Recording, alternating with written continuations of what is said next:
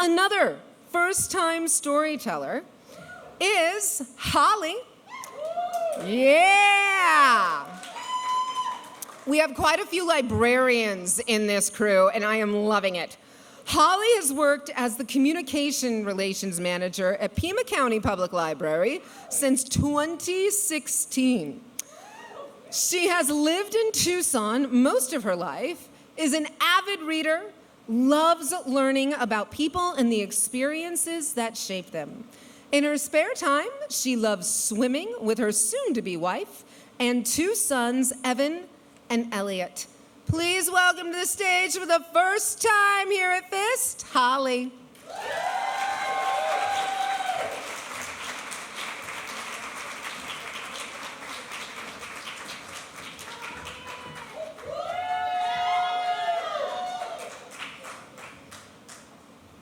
I had one major goal, which is to not trip on the stairs.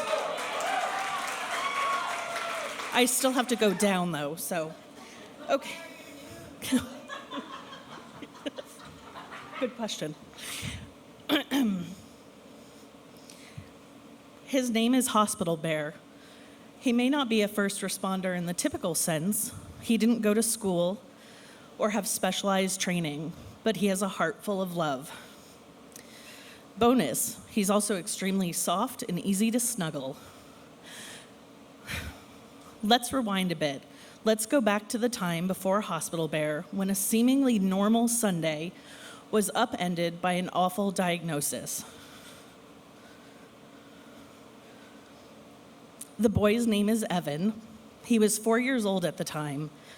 Big brown eyes, a wide smile, and a round tummy that will soon go away as he gets older, grows taller, and much to his mother's shock, into a young adult. Evan is the youngest of two boys in our family of four. Elliot, age 8 at the time, myself, and my soon-to-be wife, Anna, whom the boys lovingly refer to as Mama Ani. Sweetheart, can you please come here? I hear from the other side of the house. Mama Ani speaks to me from the boys' room, standing between their bunk bed topped with Star Wars and Minecraft blankets and bins full of Lego. I recall her saying, "Don't be alarmed," but I see something in Evan's eye that looks a little bit off. It was his retina. It was dilated, agitated, enlarged. Why, one might ask, did she tell me not to be alarmed? This is an important part of my story. I come from a family of cancer victims and survivors. I was 23 years old when my mom died of bone cancer. My sweet nephew Jude, they, them, was diagnosed with leukemia at 18 months old after some simple-looking bruises appeared on a child learning to walk, chalked up to a clumsy toddler taking some spills. After years of treatment at Banner Children's Hospital, stays in the NICU, travels out of state for targeted therapies, they are now a thriving 13-year-old who loves theater, dance, and all things manga. My experiences with illness and death have made me write stories of tragedy in my head long before they happen. So when Anna called me to the room, she knew where my mind would wander, to the worst-case scenario. We didn't know what it was, but we did know it needed medical attention. Don't worry, I haven't forgotten Hospital Bear. And he didn't fall over. He is an important figure in this story, but his remarkable appearance comes a bit later. Off we went to urgent care. They told us they didn't examine any neurological issues. Okay, that's fine, we thought. Off we went to Northwest Hospital for an MRI. Many nail-biting hours later, we were told to go to Banner Hospital. Again, okay, we can do this. Now, for anyone who's ever experienced a medical emergency, you know it's bad when multiple doctors come in. Multiple doctors, concerned nurses, their faces marked with subtle fear.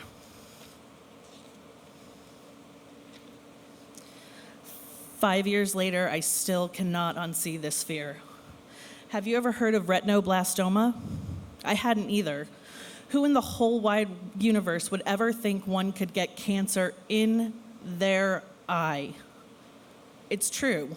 It's rare, but it's true. According to the American Cancer Society, only 250 to 300 people, primarily children under the age of 5, are diagnosed in the United States each year.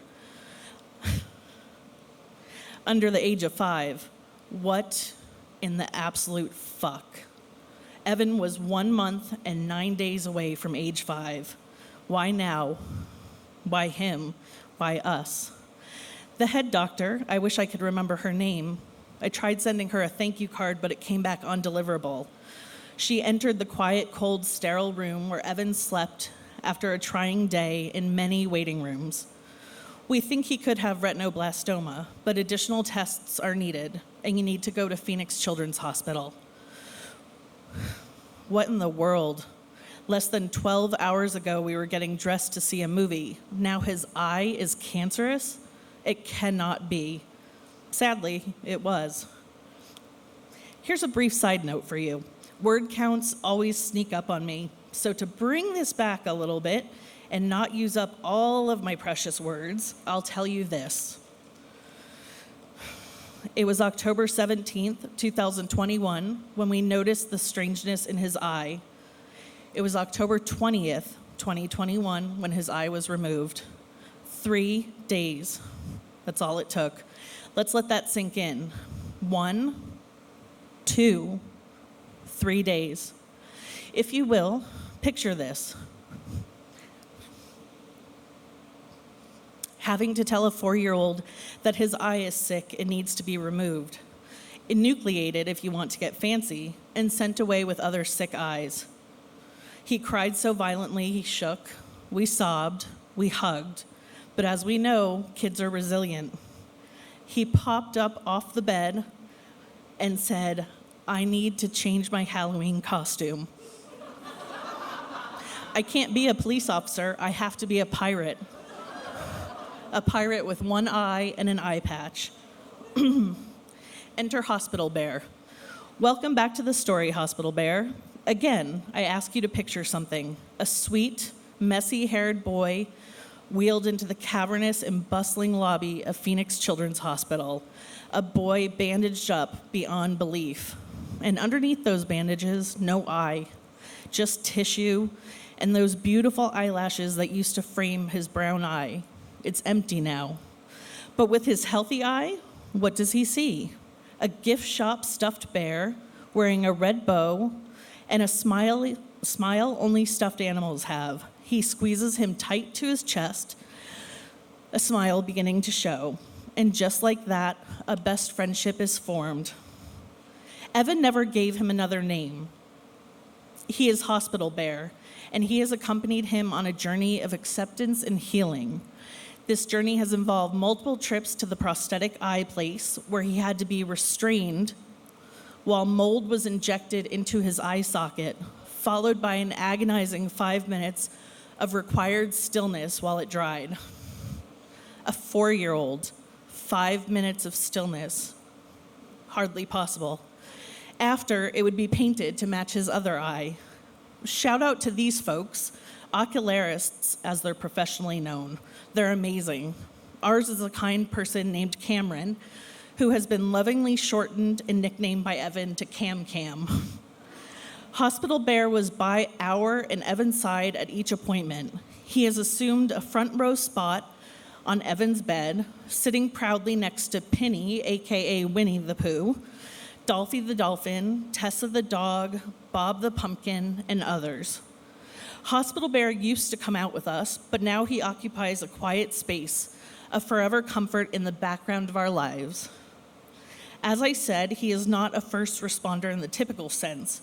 Heck, he's not even human. But if you consider that day at the hospital as the boy was wheeled out in a tiny wheelchair, the front line was the door of the hospital. And Hospital Bear was right there, on the line and at the ready. He's been by the boy's side ever since. Thank you to everyone who saved his life, and thank you, Hospital Bear. Evan will grow, the stuffies will go in a closet or a bin, and Hospital Bear will be there. He may not come out often, but he will never be forgotten. Thank you.